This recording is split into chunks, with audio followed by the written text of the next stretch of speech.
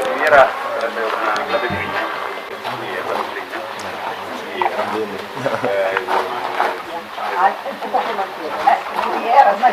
No? Poi mamma da cappetta paese, invece a paese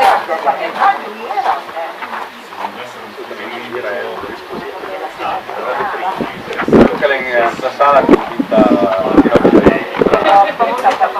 e sono sentito che vinta l'Ibar e le nostre cose. Ecco qua abbiamo un decisione tecnica che riguarda la Piemonte intesa della storia e da visitare, da vedere. Diamo un'occhiata, potete vedere con me?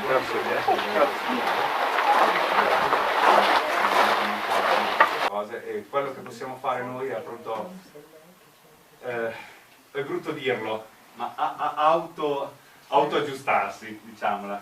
E questa è un po' una piccola vetrina di cose interessanti, molto interessanti, ci sono anche alcune sconosciute.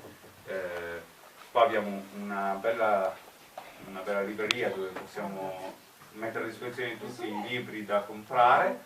Dall'altra parte abbiamo una libreria con i testi, sono quasi 1600, che per i soci sono da visitare, da vedere, da leggere senza nessun problema, e quindi c'è solo da guardare e da divertirsi, ecco, c'è da passare dei giorni interi a parlarne. Scusi, cosa vuol dire?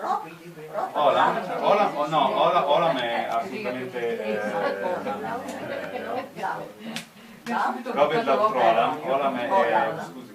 Olam è un termine ebraico, è una piccola raccolta di poesie tradotte dall'ebraico all'italiano. La sintassi, siccome è stata utilizzata negli ultimi 50 anni, una sintassi che è quella unificata, è ovvio. Non so dove lei va dentro. Gattinara. Abbiamo una sintassi che è molto simile, diversa, è difficile anche comprendere 2-3 km cambia già le parole. Sono che le frazioni hanno già un dialetto diverso.